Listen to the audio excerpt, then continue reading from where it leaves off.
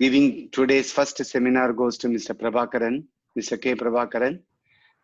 The people in Chennai plastics industry know about Prabhakar very well. He needs no introduction.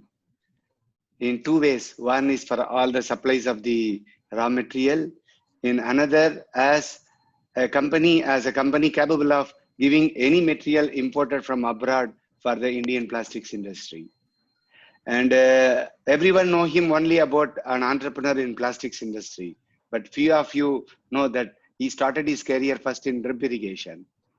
From drip irrigation, he moved on to Nova, a company in the MEPZ. In early 90s, Nova was leading molder in Chennai, having automated machine. In fact, the first time I saw all robo pickup of components only in Nova. So he was taking care of the purchase for Nova at that time.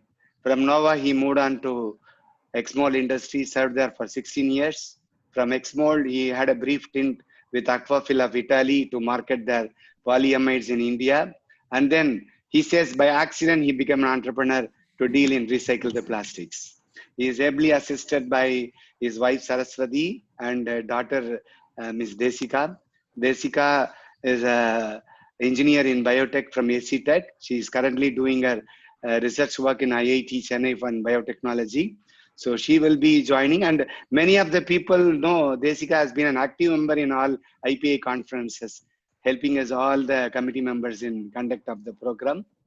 What Mr. Prabhakar is going to tell us is from his experience, the way he became an entrepreneur through recycling of the plastics. So he will give a very practical approach to the recycling industry. Over to Mr. Prabhakar.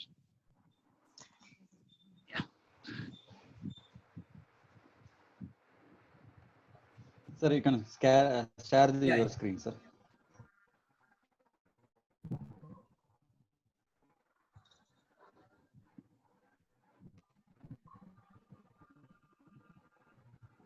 Yeah. Very good morning to one and all. And on the reprocessing trends and technologies, very interesting topic. And first of all, let me thank all our IPI team for this initiative to give the presentation on this particular subject. I'm audible to all? Hello? Sir, yes, sir. Yes, sir. Yes, sir. Proceed. Okay. Thank you, Balaji. Very simple introduction and catchy with a nice, my remembrance, old experience begin with, and Nova technology. Nova Electromagnet is very big producer of video cassette, man. This one regarding these cases. I was there as a purchase department head. Thank you, Balaji, a simple introduction, and now move on to the subject on reprocessing trends and technologies. And this presentation also supported by my daughter Desika, as Balaji introduced. She's an engineer from Anna University. She also supported me on this small presentation with some of the information from the industry globally. So I will also, she will also assist me in between after my brief introduction to 3 slides. Thank you. Now what is reprocessing trends and technology? Then it is called as a circular economy. To obtain the circular economy, we have a lot of steps to follow. So let us see what kind of steps and what is the technology. So this is the general scenario statistic on the polymer. This one, as per the 2015 data of emission, is for almost 1.8 billion metric tons of CO2 is in the coming out from the plastics waste. This is really a pathetic situation, and the demand also in the next 5 years, you see the demand is going to be up around 22%. So we need to reduce this kind of emissions with the latest technology, and at least to the level of 18% level to get the break-even point. So the worst thing in the scenario now today in the plastic industry, 90.5% of plastic are still, it is not recycled worldwide as per the data 2018. So Although the government has took the commitments to reduce the ocean waste, only they could able to suppress around only 7% of that too the calculations is to from the ocean waste. So the rest of the plastics are in the market. There are good amount of 80% of the collection of waste, post-industrial and post-consumer waste are in the market. This has got a very good opportunity for the entrepreneurs breaking the plastics wave from ocean plastics. So now let us step into the trends and technology. So before trends and technology, what kind of plastics waste in the market? There are two important segments. One is post-industrial and post-consumer. The post-industrial waste, which is normally from the production waste, non-conformity, runner waste, trim part waste, all these specification, quality rejections, all these kind of wastes are called as post-industrial waste. These wastes are usually regrind and again converted into pellets or converted again to mix with the virgin resin. So this kind of waste, you call it as a post-industrial waste. Then the second one very important target is post-consumer waste. The post-consumer waste is collected by the tricycle wala from our every individual house in the morning by the municipal corporation, and again it is converted in the municipal sorter waste processing plus after processing they are having a sorting to washing to process by granules. So this is called post-consumer and post-industrial. There are two kinds.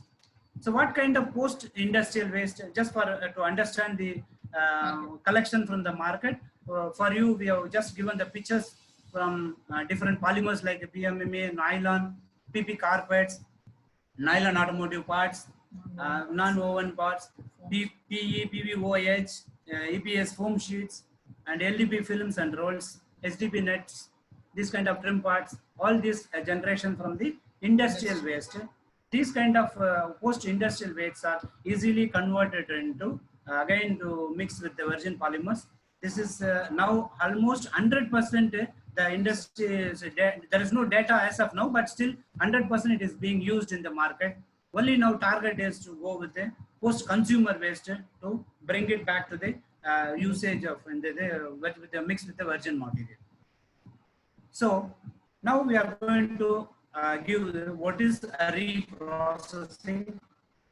About reprocessing, there's a very big demand. As I told you, 80% of the polymers can be reprocessed. We have very good scope in this one. So we are going to target on that 80% available with the whatever the technology available with the reprocessing. It's a very good demand. So that demand has to be taken with converted into cash by using our technology with the upgrading the materials by high performance with the latest technology of twin screw technology, with meeting with the highest sustainable development standards. These are the machines being used from post-industrial waste processing to the pellets form to the mix with the virgin form. This one industry waste is again the another industry is a raw material. This kind of potential very big now.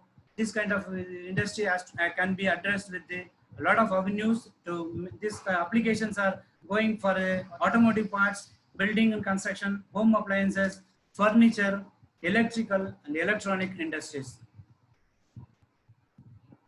So let us move on to the grade wise.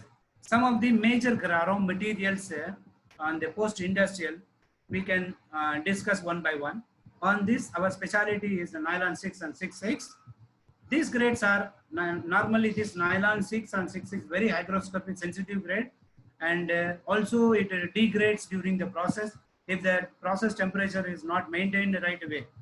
So this kind of problems has to be addressed with the right additives and impact modifier we're using with this can overcome issues, all this, and we can remove the moisture problems.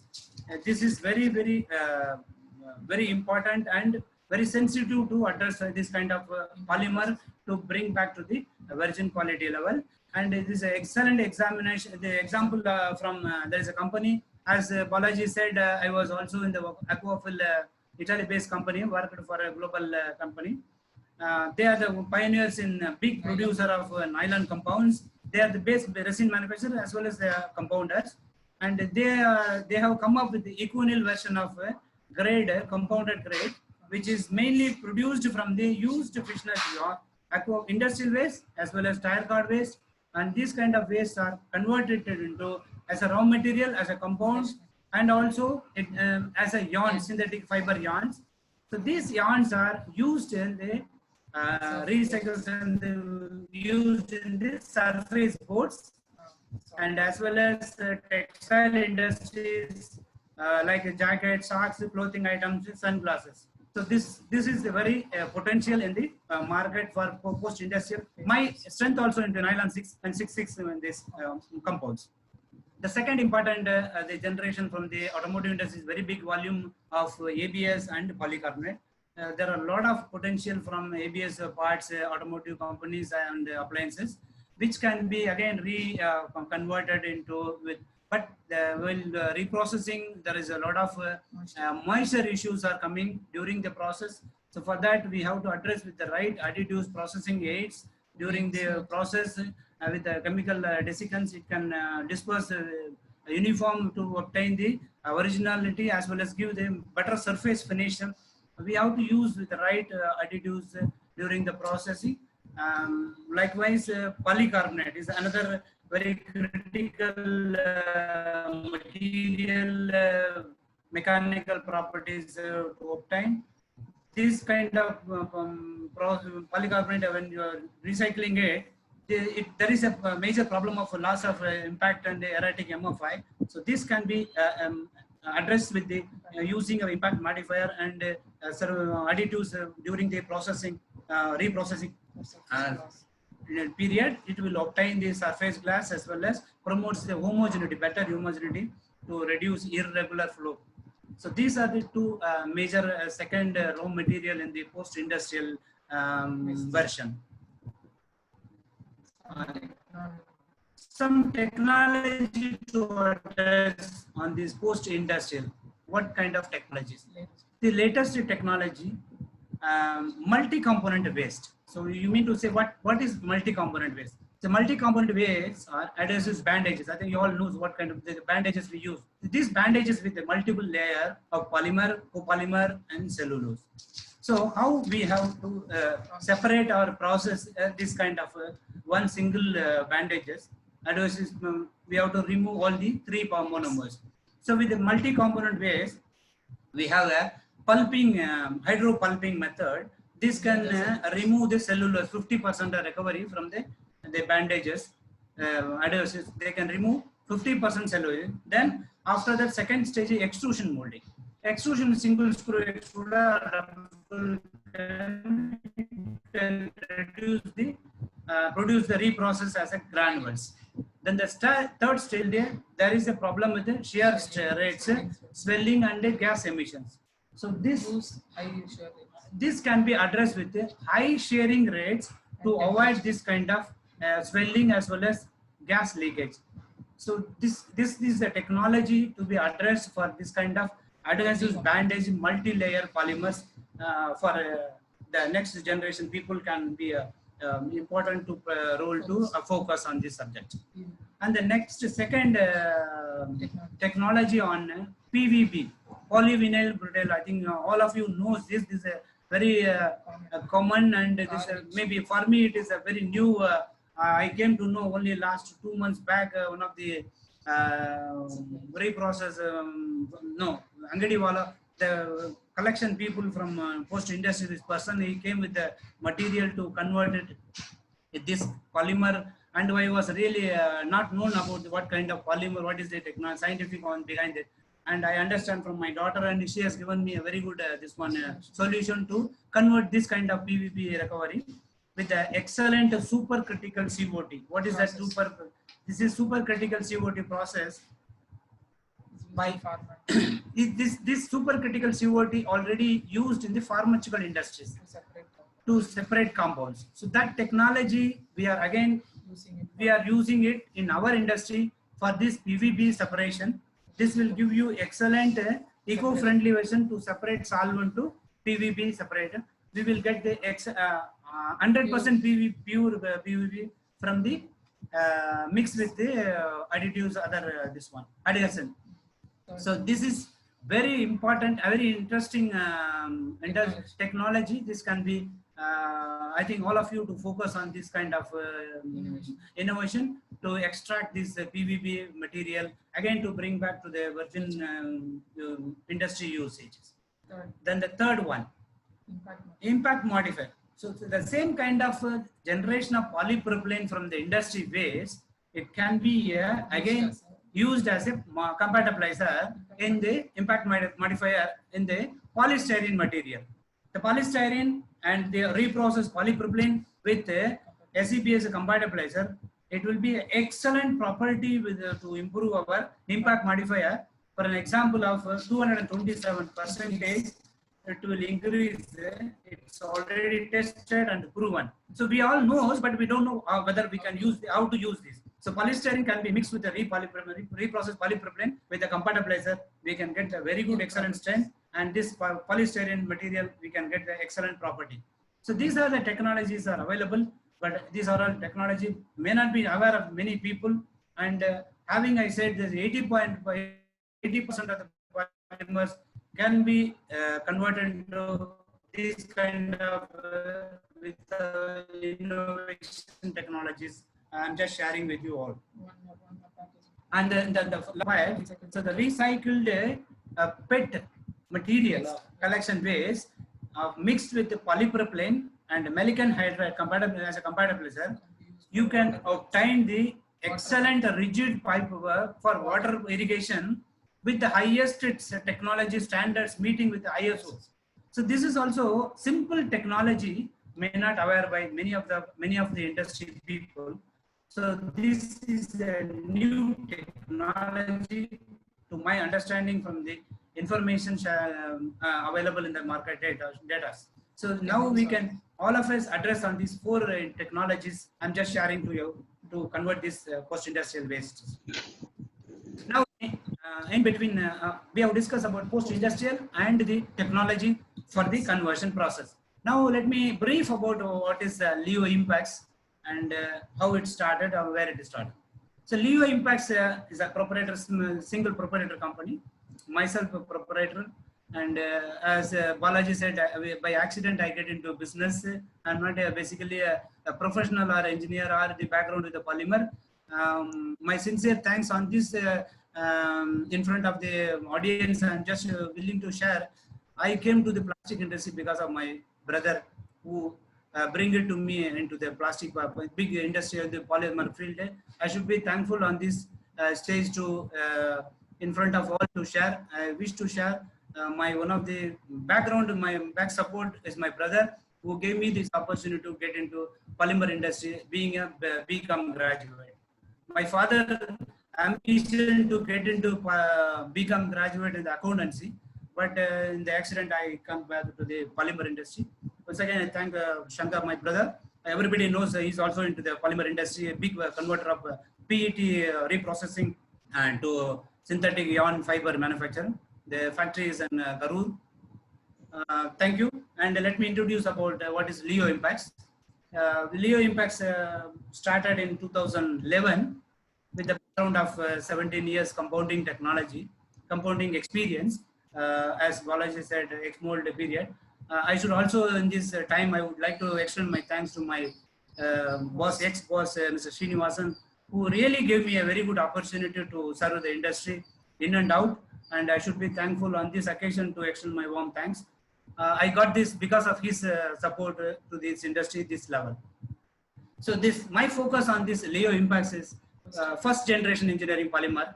As I told you, we are converter of post-industrial waste, bring back to the original property with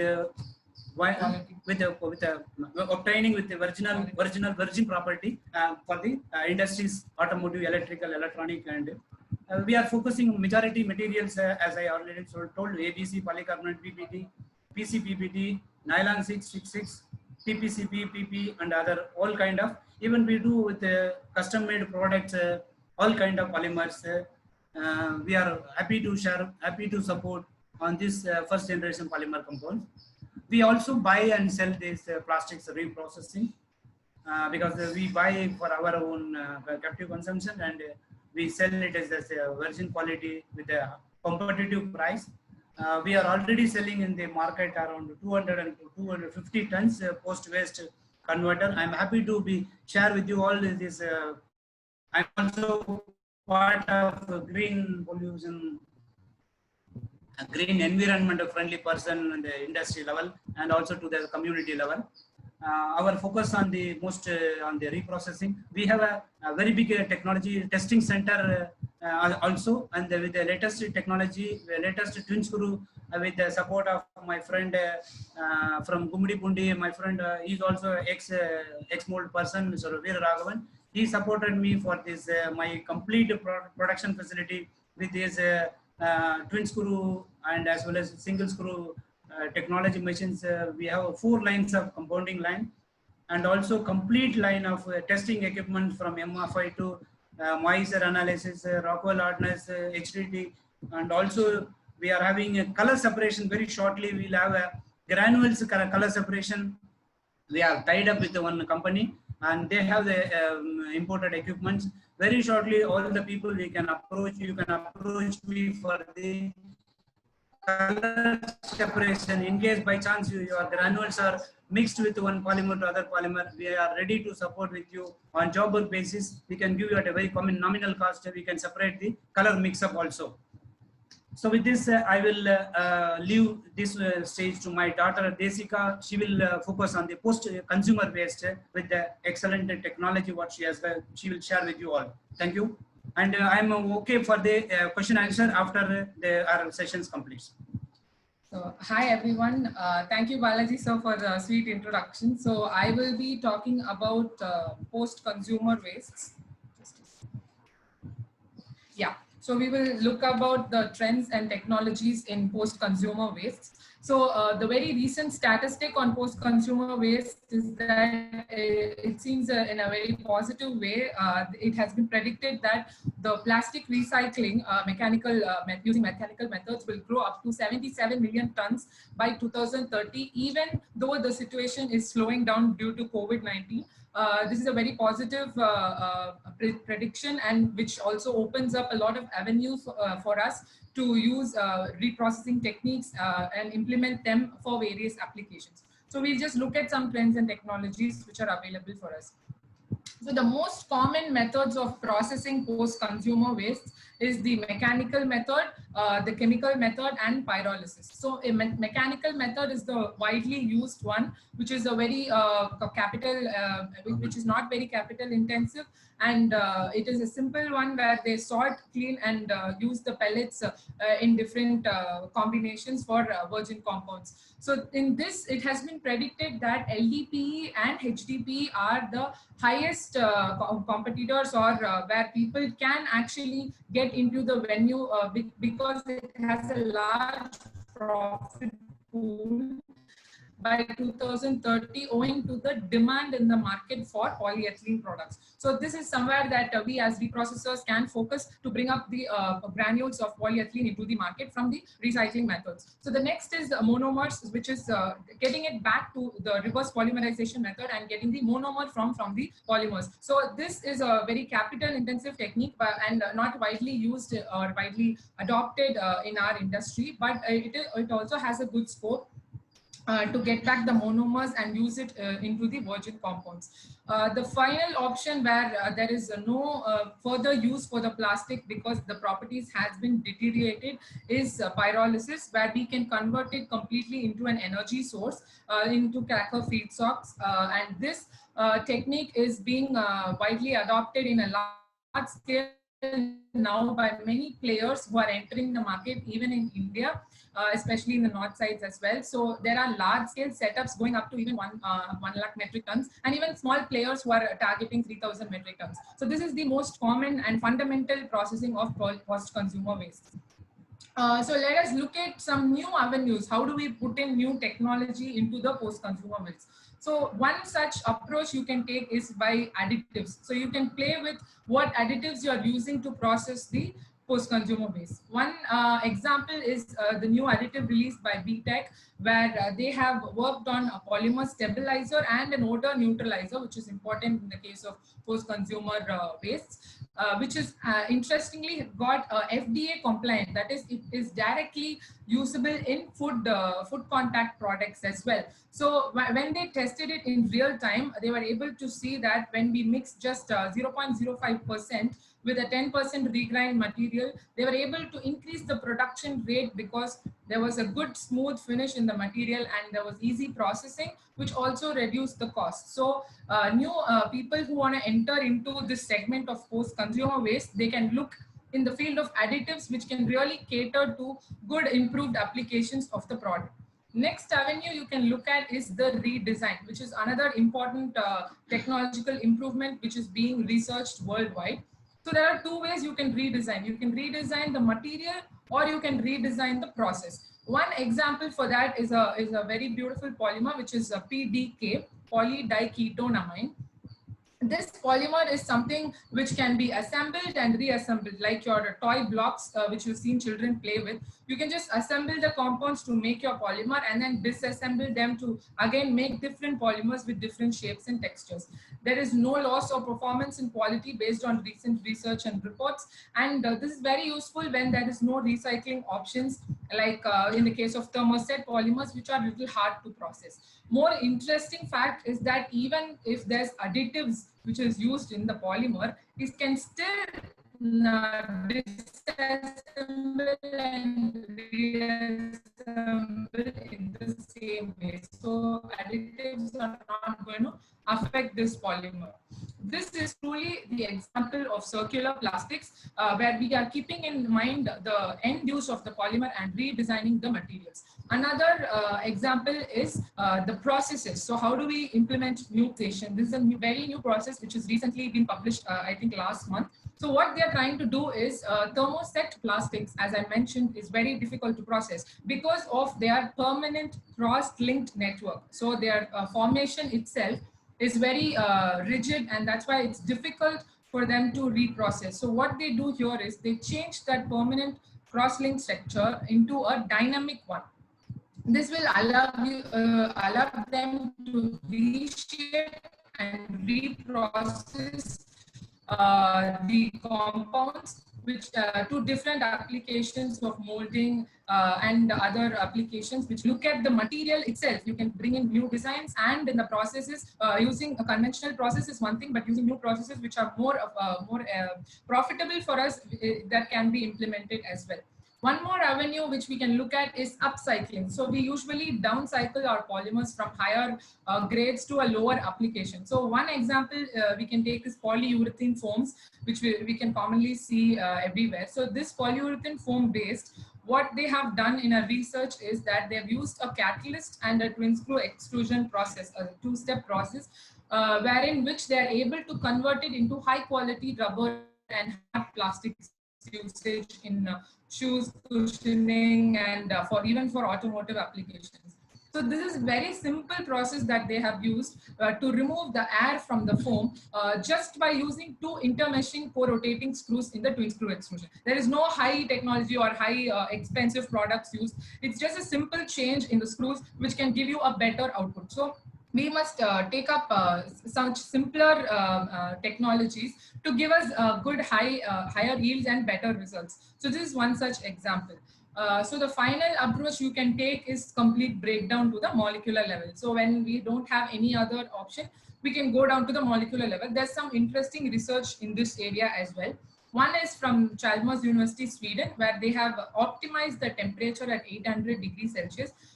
And 200 kg plastics was processed, and what they did is captured the complete gas mixture which was emitted from this plastic waste. So that gas mixture itself can be used in the virgin production. This is very interesting that it can you can just directly pack the gas mixture and use it for virgin production. So you see, we are integrating the recycling and petrochemical refinery itself. This is the true definition of circularity. As you can see, it is a closed loop process. Rather, the technology implementation into the commercial scale will really take us and broaden the scope of plastic recycling industry. Another interesting application is we all love the brand Lace, and despite that it causes obesity, we still have a lot of Lace chips. And this actually, what they have done is they have taken the Lace chips and recycled it to obtain paraxylene. So we know paraxylene is a component which is used to make virgin PET. So polyethylene terephthalate. It is one of the compounds in the production of PET. This kind of an research has given us and opened us a lot of avenues to say that even though it's a multi-layer compound, packaging compound, when we collect it and process it in the right technology, we are able to get back our monomers. There were also benzene, toluene, and other olefins which were obtained, which can be used in other virgin compounds like nylon, ABS, etc. So these kind of approaches can be fit into our thinking and our technology to take it to the next level of profits for the people as well as the product quality, etc. So now we come to another interesting and timely topic. I think the picture speaks for itself. So you can see the dog is carrying the polyethylene PPE kit. So the COVID situation has put us I would say, in a rather dynamic spot where it is positive as well as negative also. The demand is increasing, but the number of waste being generated is going beyond accountable levels. So we can see that the healthcare facilities in India, despite many, only a very handful of them have incinerators or good recycling systems. I would even say there is not much who actually take and recycle it to reuse them into granules or products. If you see the statistics available, the level of waste with a nation of 1.3 billion people, it's growing up to tons and tons a year, which is equivalent to million full-sized African elephants stacked together. That is really alarming for us from the plastic industry to see that though the products are selling at a high rate, we are not able to manage the waste. So this is something that I think newcomers in the industry, new entrepreneurs can take up in a serious level so that they can address this and also make profits along the way. So this COVID situation has shown us that the single-use plastic is the main throughout the medical industry. And in this, two areas have been with high demand. One is the medical field, one is the food packaging industry. The breakup of the pie chart where you can see what all raw materials have high demand now. Most of them are recyclable, but they are rarely recycled. So again, this opens up a lot of opportunities for young people and current existing reprocessors and recyclers to enter into the medical waste field. WHO says that 85% of the hospital wastes which are being discarded are recyclable.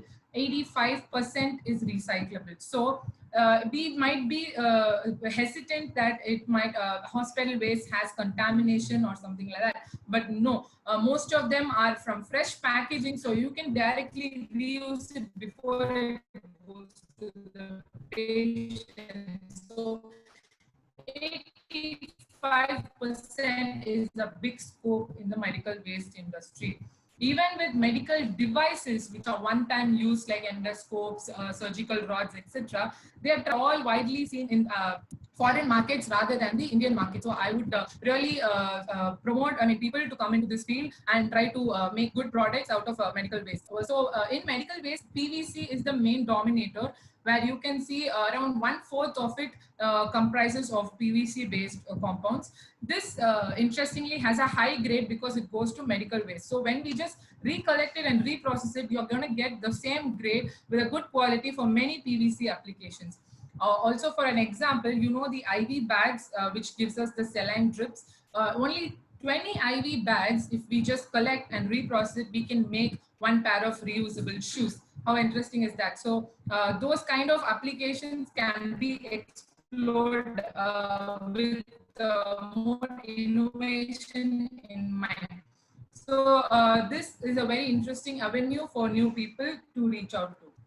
Some of the examples of recyclable waste are just shown here. So the number which is given by standards. So these irrigation bottles, which are all one-time use, basins, trays which are made of PP, and flexible clear packaging for all the syringes, all the medicines you get, everything is easily recyclable.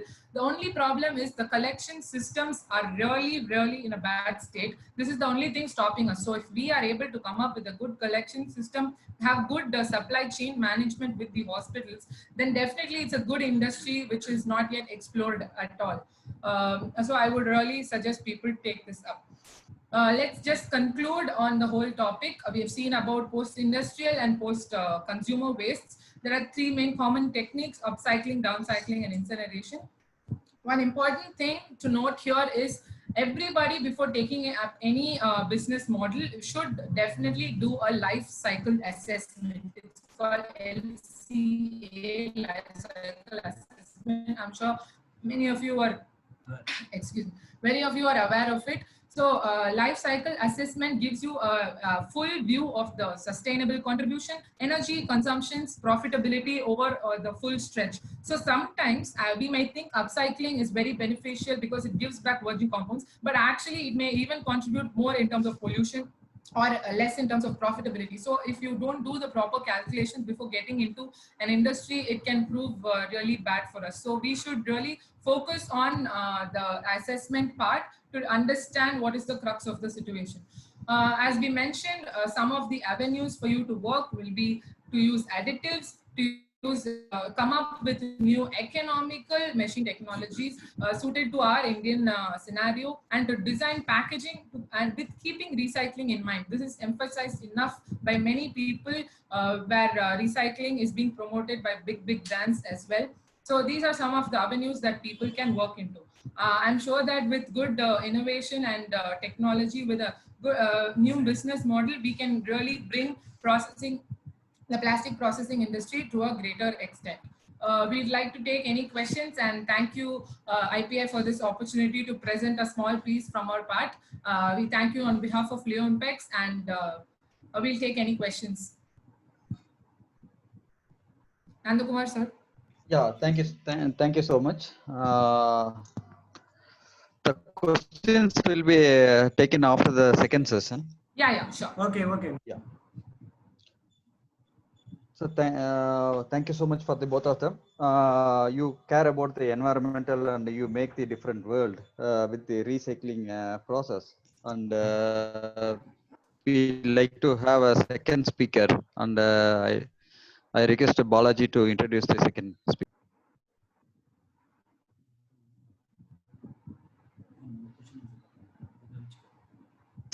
To continue on today's discussion, we have our second speaker, who is also a Prabhakaran, Mr. S. Prabhakaran.